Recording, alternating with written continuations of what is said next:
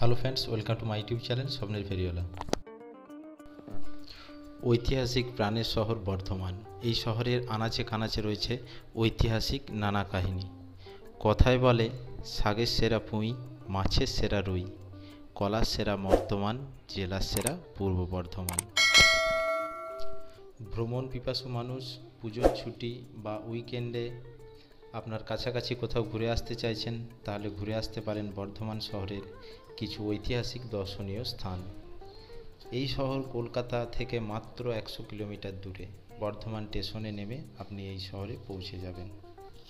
আর এই ঐতিহাসিক শহর ঘুরে দেখার গাইড সঙ্গী হিসাবে রইল স্বপ্নের ফেরিওয়ালা ইউটিউব চ্যানেল। তাহলে আসুন দেখে নিই বর্ধমান শহরের ঐতিহাসিক দর্শনীয় স্থানগুলো।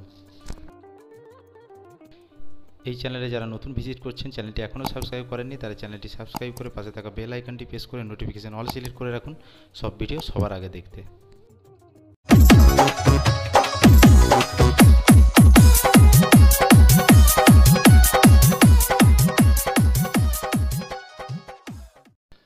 আসুন প্রথমে জেনে নিই যোগাযোগ ব্যবস্থা।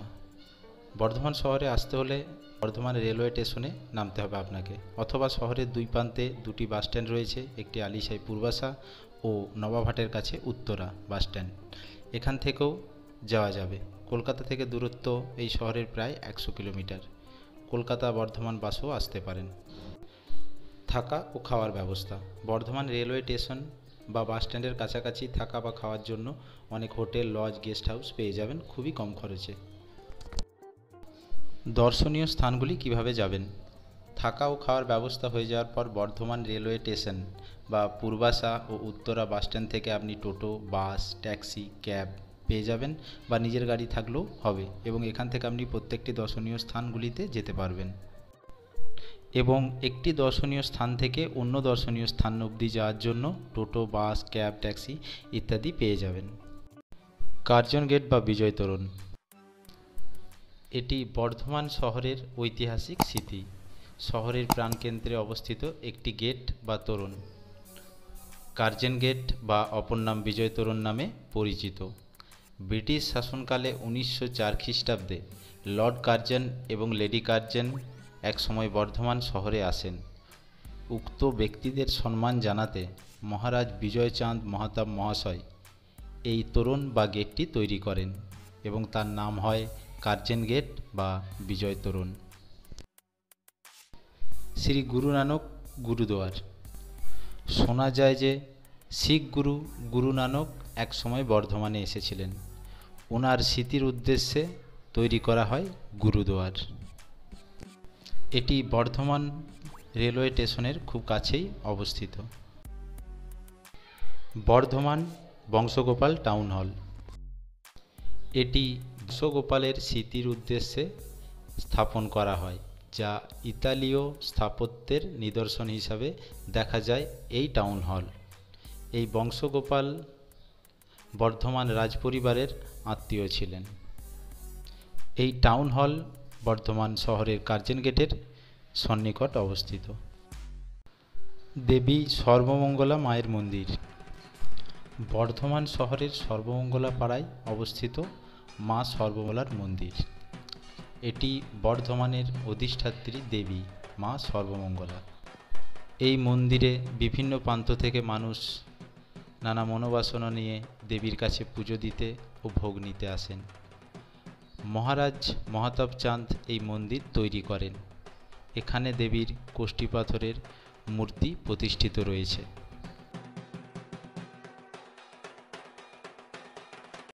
শের আফগান ও কুতুবউদ্দিনের সমাধি। শের আফগান ছিলেন তুরস্কের মানুষ। ভারতে এসে ছোরা দিয়ে বাঘ নিধন করার জন্য তিনি শের আফগান নামে পরিচিত হন।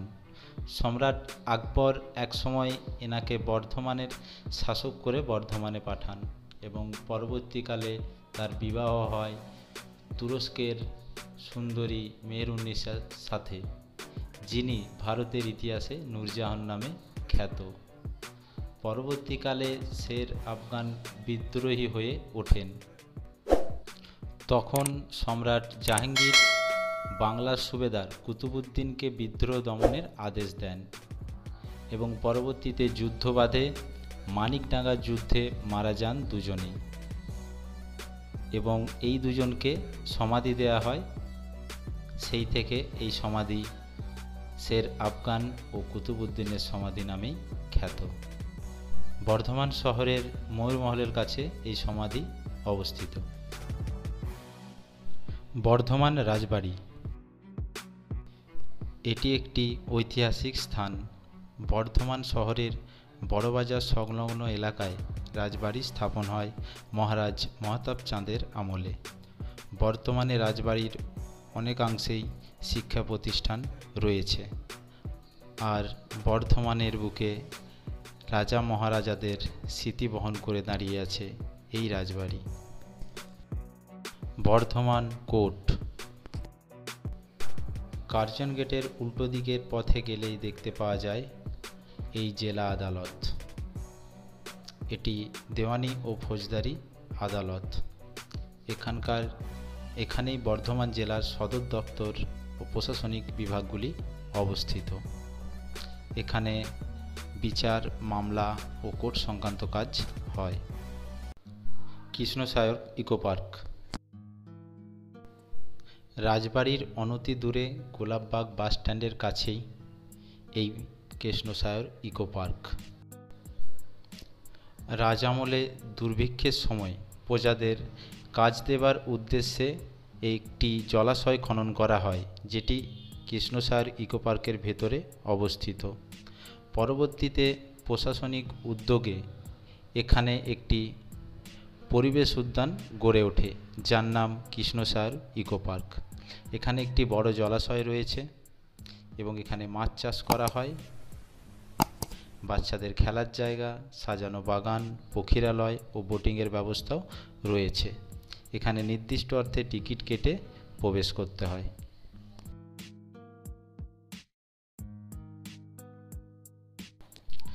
বর্ধমান বিশ্ববিদ্যালয় গোলাপবাগ বাসস্ট্যান্ডের কাছেই অবস্থিত বর্ধমান বিশ্ববিদ্যালয় ক্যাম্পাস। বর্ধমান তথা দেশের নামকরা শিক্ষা প্রতিষ্ঠান এই বর্ধমান বিশ্ববিদ্যালয়। এখানে দেশি সহ অনেক বিদেশি ভাষা শিক্ষাও দেয়া হয়। এটা রাজবাড়ির খুব কাছেই অবস্থিত।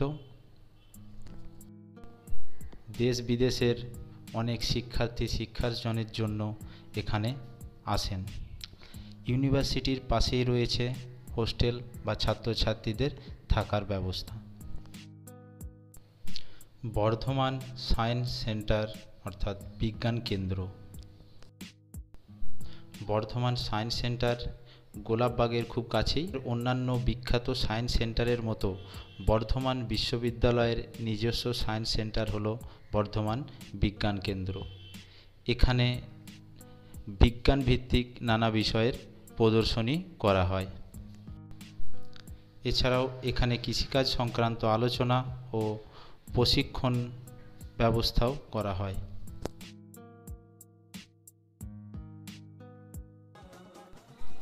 108 শিব মন্দির। বর্ধমান শহরের নবাবহাটে অবস্থিত। নবাবহাটের উত্তরা বাসস্ট্যান্ড থেকে হাঁটা পথে যাওয়া যায় এই 108 মন্দির। মহিষী বিষ্ণুকুমারী এই মন্দির প্রতিষ্ঠা করেন। যদিও এই মন্দিরের নাম 108 মন্দির হলেও এখানে রয়েছে 109টি মন্দির। 108টি রয়েছে সারিবদ্ধভাবে এবং পূর্ব দিকে একটি রয়েছে আলাদাভাবে। শিবরাত্রি উপলক্ষে এখানে প্রচুর মানুষের সমাগম হয় এবং এক সপ্তাহব্যাপী মেলাও বসে। বাবা বর্ধমানেশ্বর বা বুড়ো শিব। বর্ধমান শহরের আলমগঞ্জে এই মন্দির অবস্থিত। মাটি খনন করে একটি কোষ্ঠী পাথরের শিবলিঙ্গ পাওয়া যায় এবং পরবর্তীতে এই শিবলিঙ্গ প্রতিষ্ঠা করা হয় এবং তখন থেকেই তার নাম হয় বর্ধমানেশ্বর শিব বা বুড়ো শিব। এখানে পুজোর জন্য প্রচুর মানুষের ভিড় হয় এবং শিবরাত্রিতেও যথেষ্ট মানুষের ভিড় হয় এবং এটি বুড়ো শিব নামেও পরিচিত। দুর্লভা কালীবাড়ি।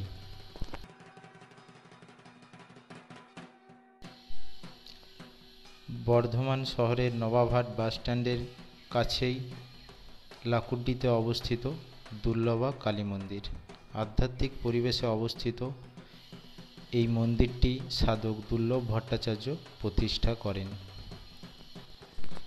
অমাবস্যা ও কালী পুজোতে এখানে অনেক ভক্তের সমাগম ঘটে ও ভোগ বিতরণও করা হয়। এছাড়াও এখানে নিত্য পুজোরও ব্যবস্থা রয়েছে। কঙ্কালেশ্বরী কালী মন্দির।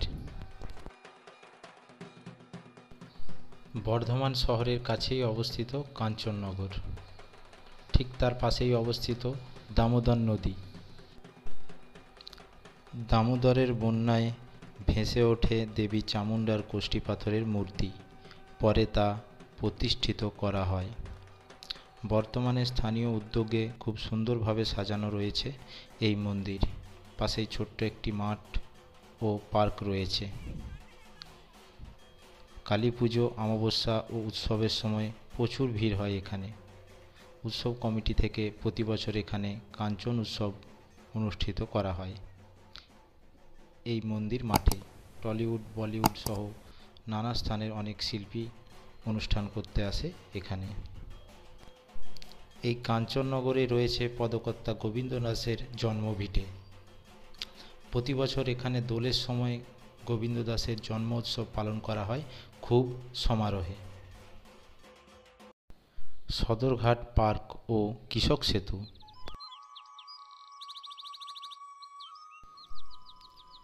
বর্ধমান শহর ছাড়িয়ে একটু দূরেই সদরঘাট কৃষক সেতু।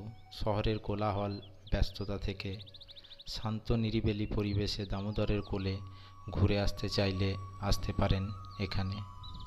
প্রত্যহ এখানে অনেক মানুষ শহরের ব্যস্ততা থেকে একটু নিরিবিলি কাটাতে চলে আসেন সদরঘাট। এছাড়াও সারা জানুয়ারি মাস জুড়ে এখানে বনভোজনে প্রচুর মানুষের ভিড় হয় এবং পয়লা মাঘ এখানে একটি খুব বড় মেলা বসে দামোদরের চরে, যা সদরঘাট ঘুড়ির মেলা নামে পরিচিত। প্রথমে এটি কাঞ্চননগরে হতো, পরবর্তীতে তা সরিয়ে নিয়ে আসা হয় সদরঘাটে। এখানে দামোদর নদীর ওপর একটি সেতু রয়েছে যার নাম কৃষক সেতু। বিষ্ণুপুর, হুগলি, আরামবাগ প্রভৃতি জায়গাকে জুড়ে দিয়েছে এই সেতু। এছাড়াও এখানে নদীতে অনেক নৌকা ও মাঝি থাকে। আপনি চাইলে নৌকায় চেপে নদীর বুকে ঘুরে আসতে পারেন। তাহলে আর দেরি না করে ঘুরে আসুন প্রাণের শহর বর্ধমানের ঐতিহাসিক দর্শনীয় স্থানগুলি। ভিডিওটি ভ্রমণপ্রিয় মানুষের জন্য এবং দর্শনীয় স্থানগুলো তুলে ধরার চেষ্টা করলাম। ভিডিওটি ভালো লাগলে সবার সাথে শেয়ার করবেন, লাইক করবেন ও কমেন্ট করবেন এবং চ্যানেলটি সাবস্ক্রাইব করে পাশে থাকবেন। ধন্যবাদ।